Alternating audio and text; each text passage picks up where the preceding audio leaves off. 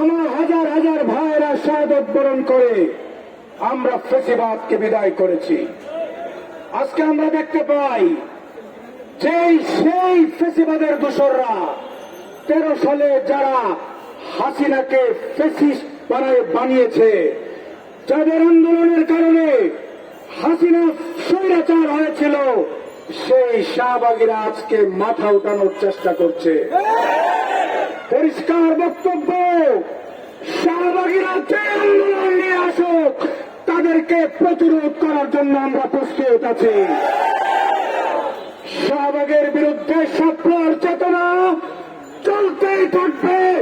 বাংলাদেশ যতদিন থাকবে শাপলার চেতনা থাকবে। এই দেশ শাপলার চেতনার মাধ্যমে চালাতে হবে। যদি শাহবাগের চেতনাকে পুনরুজ্জীবনের চেষ্টা করা হয়, আবার শাপলা চত্বরে যাব, আবার শাপলা চত্বরে যাব, গোটা বাংলাদেশকে অচল করে দেওয়া হবে। ইনশাআল্লাহ প্রস্তুত থাকতে হবে। বাংলাদেশকে নিয়ে আজকে ষড়যন্ত্র হচ্ছে। বাংলাদেশের এই নতুন গভর্নমেন্ট যেন ফল করে, এই জন্য দেশি বিদেশি ষড়যন্ত্র চলছে।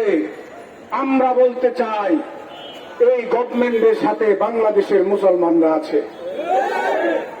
আমরা চাই সংস্কার, সংস্কার, এবং আমরা চাই হাসিনার বিচার।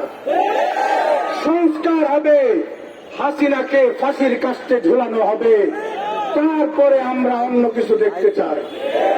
রাজি আছেন তো? ইনশাআল্লাহ রাজপথে যখন ডাক দেওয়া হবে, কারা কারা থাকবেন? ইনশাআল্লাহ আল্লাহ আমাদেরকে তৌফিক দান করুন।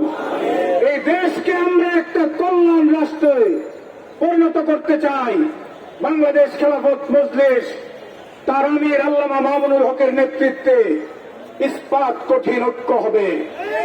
সেই ঐক্যের নেতৃত্ব মামুনুল হকের হাতে থাকবে। তিনি জাতিকে দিক নির্দেশ করবেন এবং বাংলাদেশ হবে একটা আদর্শ উন্নত রাষ্ট্র। সেই রাষ্ট্রের অপেক্ষায় থেকে সমস্ত আন্দোলন সংগ্রামে আপনাদেরকে আহ্বান রেখে কথা শেষ করছি।